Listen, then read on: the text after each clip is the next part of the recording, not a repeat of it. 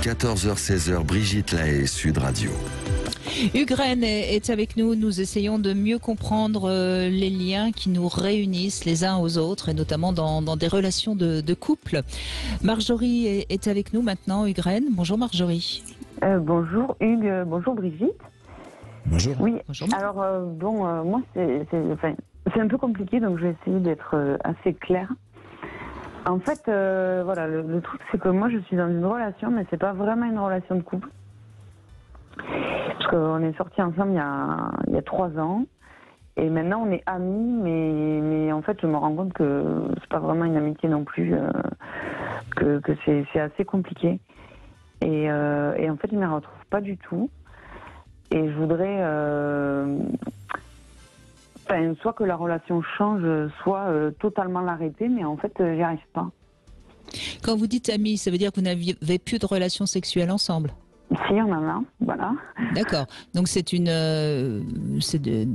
sex friend en fait. Ouais, mais c'est plus compliqué que ça en fait, parce que on se voit pratiquement tous les jours, on fait des choses ensemble, et c'est vrai que voilà, moi, nos amis nous disaient oui, c'est comme si, en fait vous êtes ensemble, et moi j'étais là non, pas du tout. Et en fait je me rends compte que c'est eux qui ont raison, quoi. Alors, qu'est-ce qui ne vous va pas dans la relation?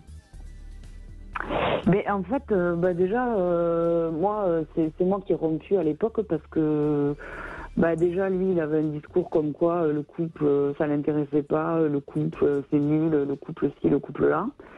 Je suis mieux célibataire, nanani, nanana. Et puis, en fait, il est très souvent cassant avec moi. Ça lui va pas comment je m'exprime, ça lui va pas comment je parle, ça lui va pas comment je mange, enfin bref. D'accord, et qu'est-ce qui lui va avec vous? Je sais pas. Non, franchement, je me pose la question des fois. Et je lui ai demandé, parce que, j'étais là, mais qu'est-ce qui te plaît chez moi? Parce que, je comprends pas trop. Des fois, j'ai l'impression qu'il m'apprécie même pas, en fait.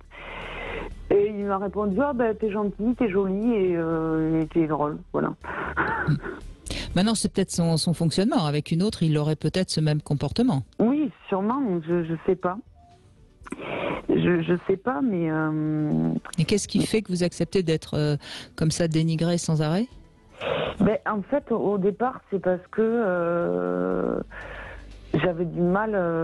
je voulais pas entrer en conflit. En fait, la moi d'avant aurait dit tu me parles pas comme ça, je fais ce que je veux, j'ai rien à faire.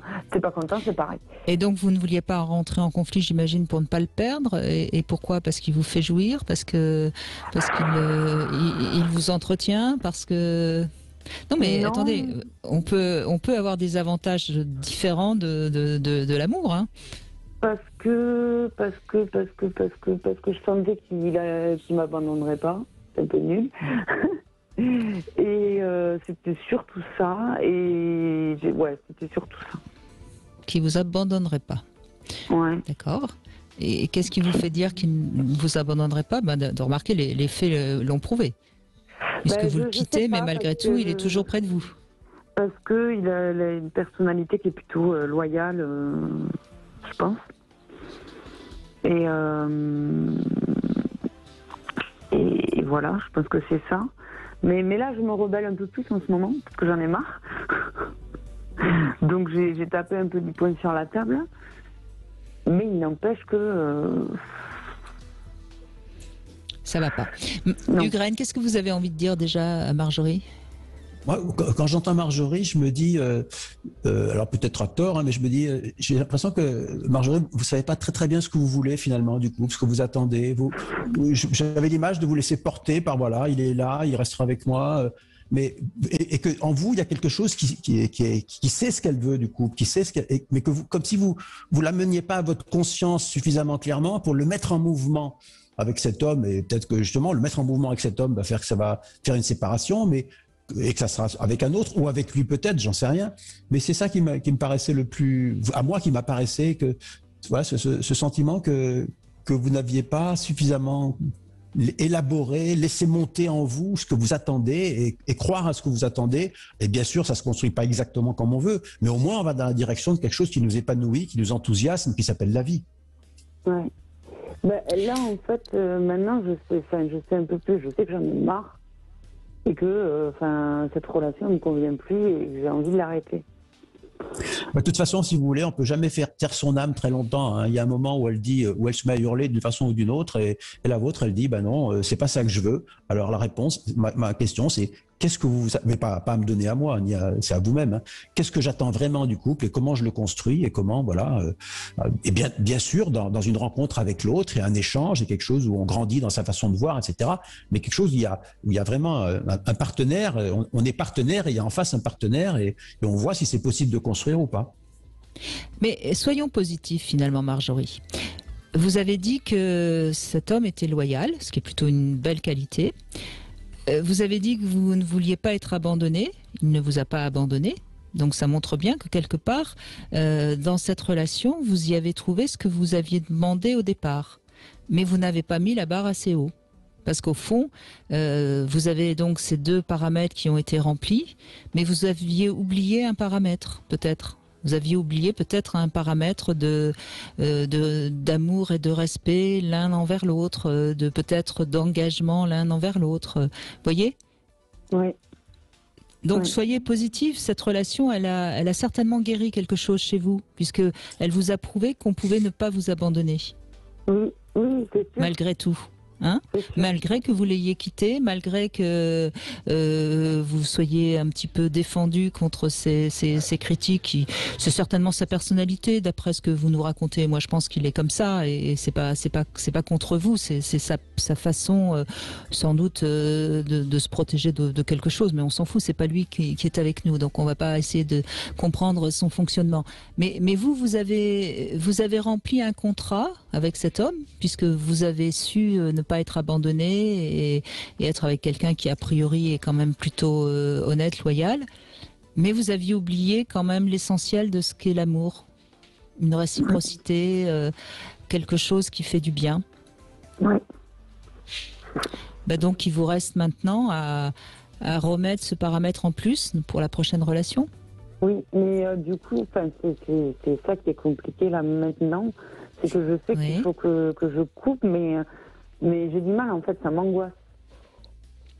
Est-ce que vous allez vous retrouver seul, peut-être ? Oui. Et que vous n'allez peut-être pas retrouver immédiatement quelqu'un qui remplacera ce vide qui vous fait peur. Oui. Hein ? Mais vous avez des amis autour de vous, et puis profitez peut-être de cette rupture pour comprendre mieux qu'est-ce que ça cache, cette peur d'être abandonné. Oui. Vous savez, parfois, quand on décide de rompre avec quelqu'un, c'est normal qu'il y ait une sensation de vide, une angoisse. Et c'est parfois le bon moment, justement, pour aller parler à un thérapeute qui quelque part, va servir de relais entre celui qu'on a quitté et le prochain. Oui, bien sûr. Oui. Mais vous savez, dans les peurs les plus centrales chez l'humain, il y a toujours celle d'être abandonné. Hein. C'est un fondamental. Et ça vient de la petite enfance, de la toute petite enfance surtout, et de l'enfance. Mais ça n'a plus d'actualité aujourd'hui. Et on est resté cristallisé sur cette peur-là, alors qu'elle n'a plus de raison d'être. Vous êtes une femme capable d'assumer sa vie et vous n'avez plus besoin d'un papa et d'un maman présents là tout le temps pour survivre. Et donc, il faut prendre le courage de dépasser ça et de quitter cet homme si c'est ce que vous pensez qu'il faut faire. Et après, ce qu'il faut surtout, c'est se projeter dans la suite. C'est-à-dire qu'il ne faut pas rester attaché à, on s'est quitté, alors voilà, c'est pour ça que Brigitte vous disait, est-ce que vous avez des amis, vous vous projetez, qu'est-ce que je vais faire, et vous le faites, des amis, le cinéma, je ne sais pas, des choses que vous aimez. Essayez de voir tout ce que vous n'avez pas pu faire parce qu'il était là, et c'est normal, quand on est en couple, il y a des choses qu'on ne peut pas faire parce qu'on est ensemble et qu'on a moins de temps. Et qu'est-ce que vous pourriez faire et qui va dynamiser votre vie? Il faut partir du côté vie, du côté positif, et pas du côté ça y est, j'ai perdu ça, etc., etc.